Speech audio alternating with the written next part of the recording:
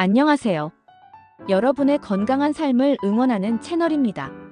오늘은 많은 분들이 기다리시는 풍요로운 명절, 바로 추석에 대한 이야기를 나누어 볼까 합니다.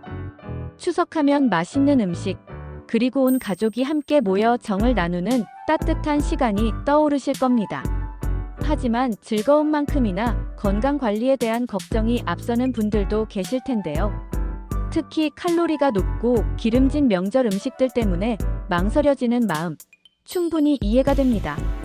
그래서 오늘은 2025년 추석을 더욱 건강하고 행복하게 보내실 수 있도록 추석 음식에 대한 건강 정보와 올바른 섭취 습관에 대해 자세히 알아보겠습니다. 라디오처럼 편안하게 들어주셔도 좋습니다. 귀 기울여 들어보시면 분명 도움이 될 만한 이야기들이 가득할 겁니다. 우리가 명절을 건강하게 보내는 것은 단순히 몸에 좋은 음식을 먹는 것을 넘어 가족들과의 소중한 시간을 더 활기차고 행복하게 만들 수 있는 밑거름이 됩니다. 몸이 불편하면 마음도 불편해지기 마련이니까요. 그럼 지금부터 명절 음식을 현명하게 즐기는 지혜로운 방법들을 하나씩 풀어가 보겠습니다. 먼저 우리가 명절에 즐겨 먹는 음식들이 과연 얼마나 많은 칼로리를 가지고 있는지부터 살펴볼까요? 추석 음식은 정말이지 고칼로리의 향연이라고 할 수 있습니다. 식품의약품안전처와 전문가들의 2025년 분석에 따르면 우리가 흔히 먹는 추석 대표 음식들의 칼로리는 생각보다 훨씬 높습니다. 이 정보를 미리 알고 계시면 음식을 섭취할 때 스스로 양을 조절하고 선택하는 데 큰 도움이 될 겁니다. 예를 들어 추석하면 빼놓을 수 없는 송편, 보통 5개 정도만 먹어도 약 300에서 350칼로리에 달합니다. 이는 밥 한 공기의 열량과 거의 비슷하다고 보시면 됩니다. 특히 달콤한 깨송편은 100g당, 즉 작은 송편 4개 정도에 224칼로리나 됩니다. 5개만 드셔도 밥 한 공기 열량에 육박하니 결코 만만히 볼 수 없는 음식이죠. 송편 하나하나에 담긴 칼로리가 결코 가볍지 않다는 것을 인식하는 것이 중요합니다.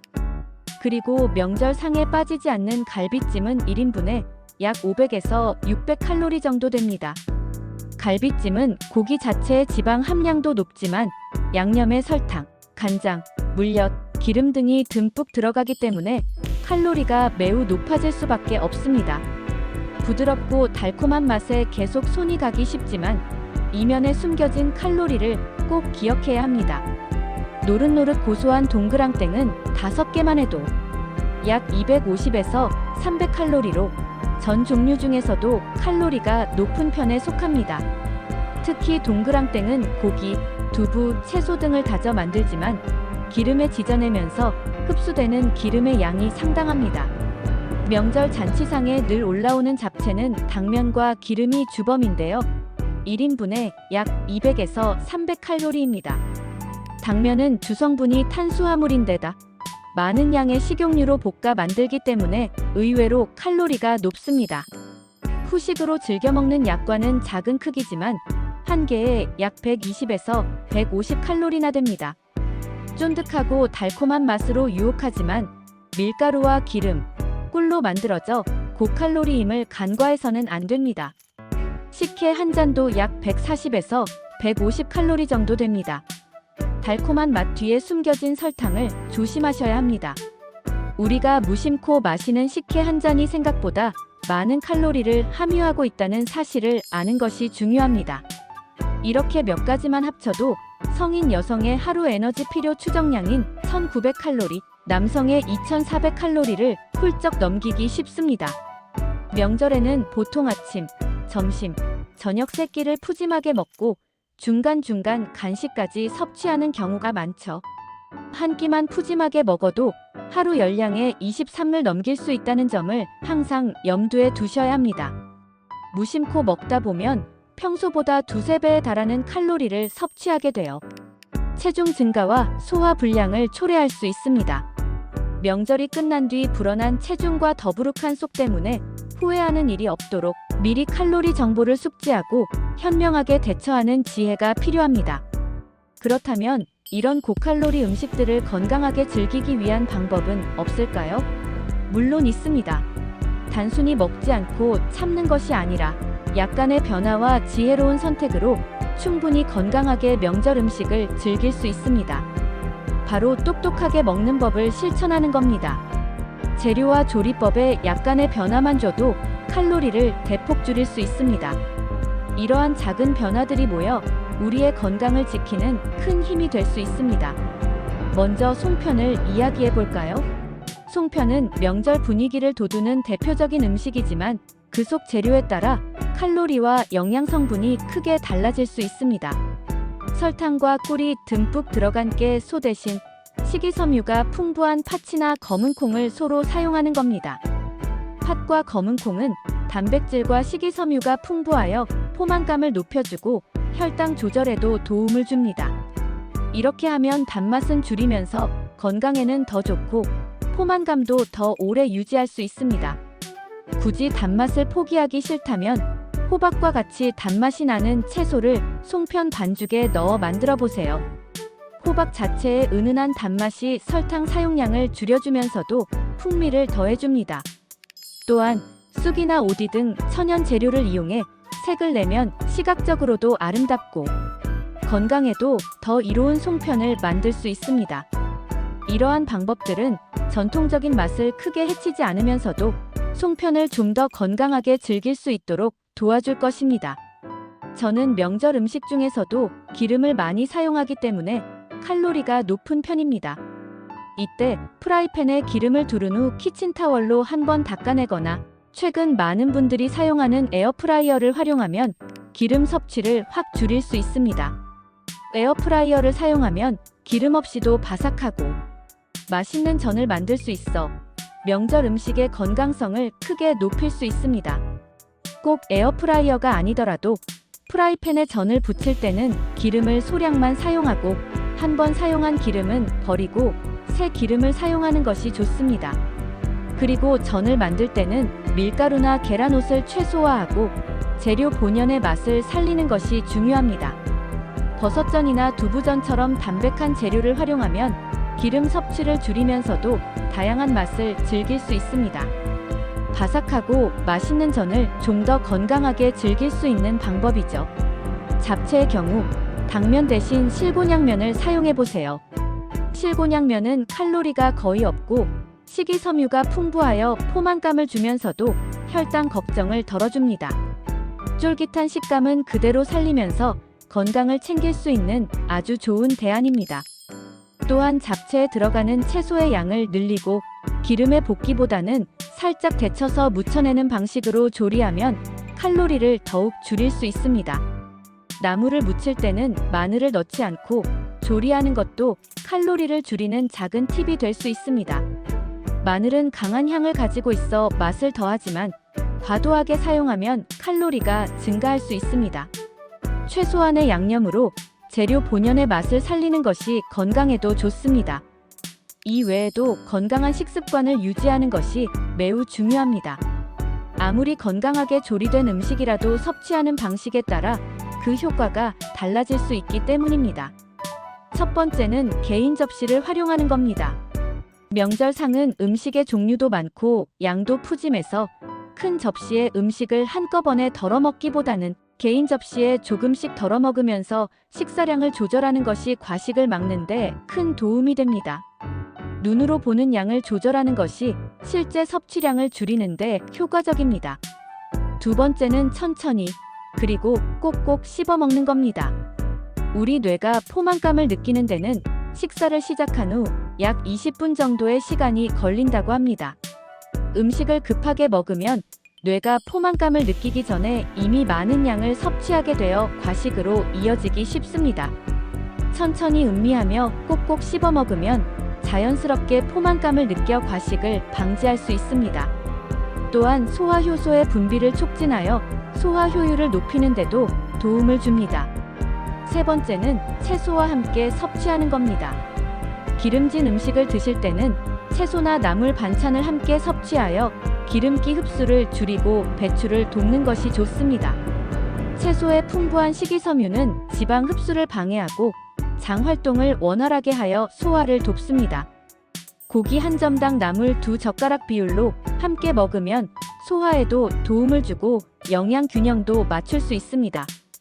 쌈 채소나 생채소를 풍부하게 준비하여 함께 곁들여 드시는 것을 추천합니다.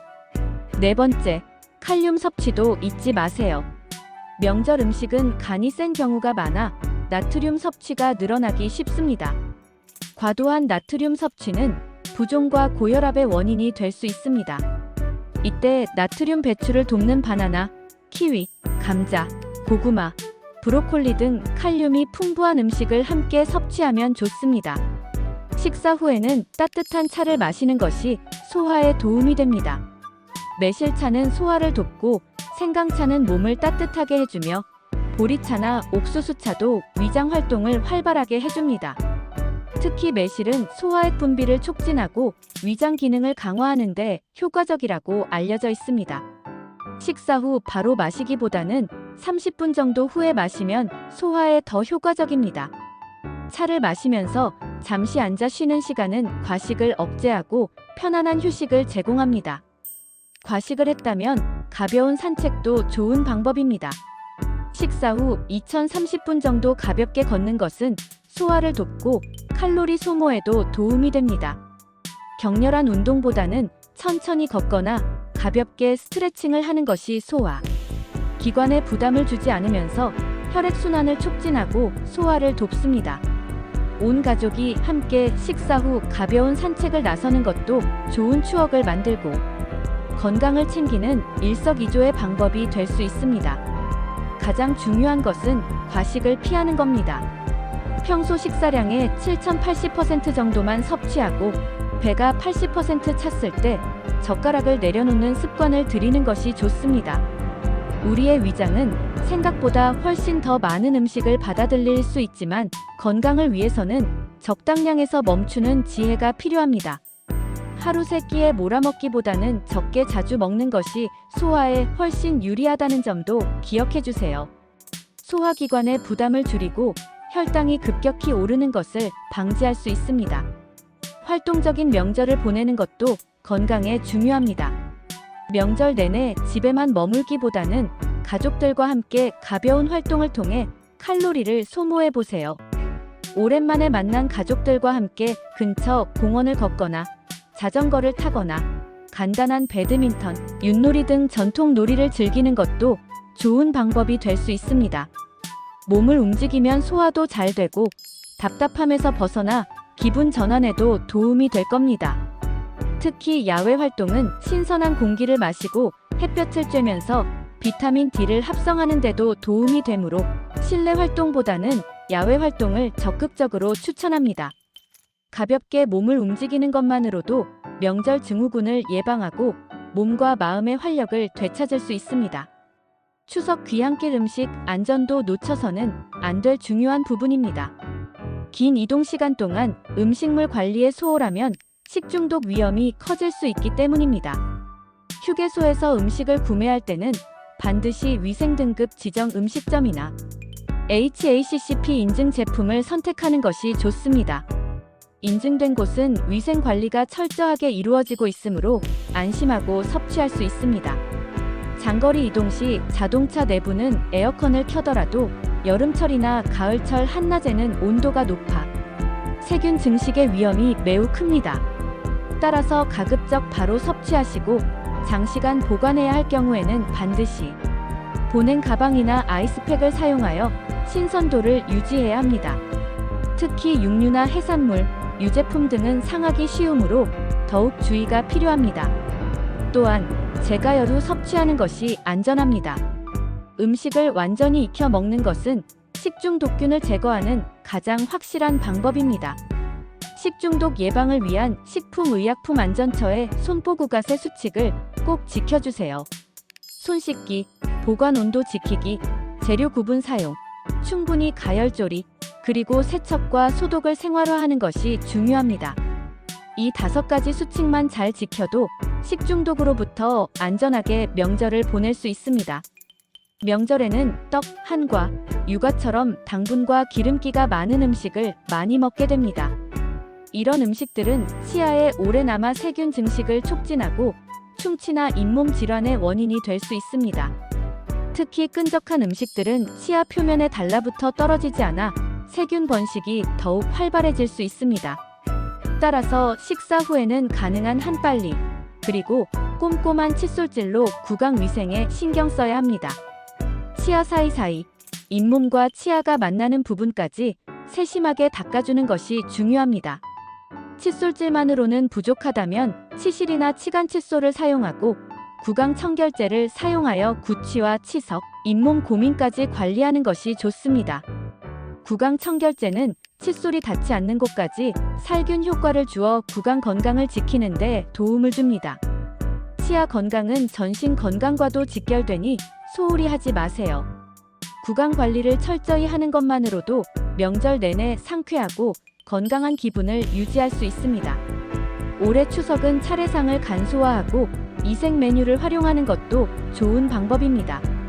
전통적인 차례상 음식들은 준비하는 과정에서 많은 시간과 노력이 들고 칼로리가 높은 경우가 많습니다.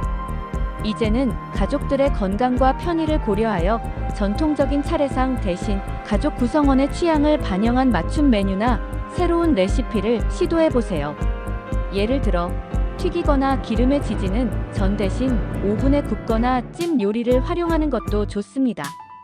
최근에는 밀키트 밀킨을 활용하여 간편하면서도 건강하게 추석 음식을 준비하는 가정도 많습니다.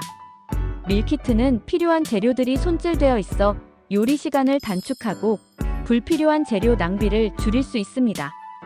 또한 전문 셰프의 레시피를 따라하며 평소에는 접하기 어려웠던 새로운 메뉴를 시도해 볼 수도 있습니다.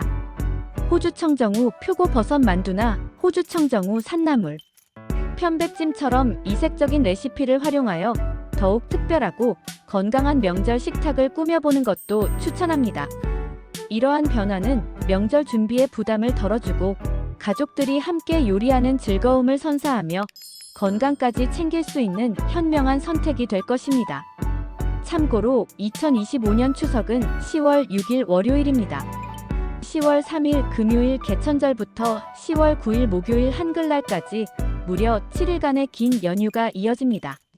이렇게 긴 연휴인 만큼 미리 장을 보거나 밀키트를 주문하여 명절 준비를 여유롭게 계획하는 것이 좋습니다.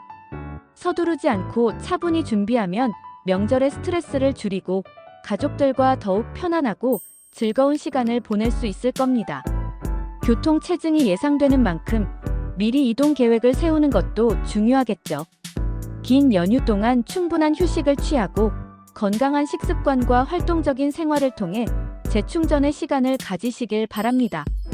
이 모든 정보들이 여러분의 2025년 추석을 더욱 건강하고 행복하게 보내는데 큰 도움이 되기를 진심으로 바랍니다. 맛있는 음식도 좋지만 무엇보다 소중한 것은 건강과 가족들의 사랑입니다. 현명한 식습관과 함께 건강하고 행복한 추석 명절 보내시길 바랍니다. 언제나 여러분의 건강을 생각하는 저희 채널은 다음번에도 더 유익하고 알찬 정보로 찾아뵙겠습니다. 오늘도 함께 해주셔서 정말 감사합니다. 건강하세요.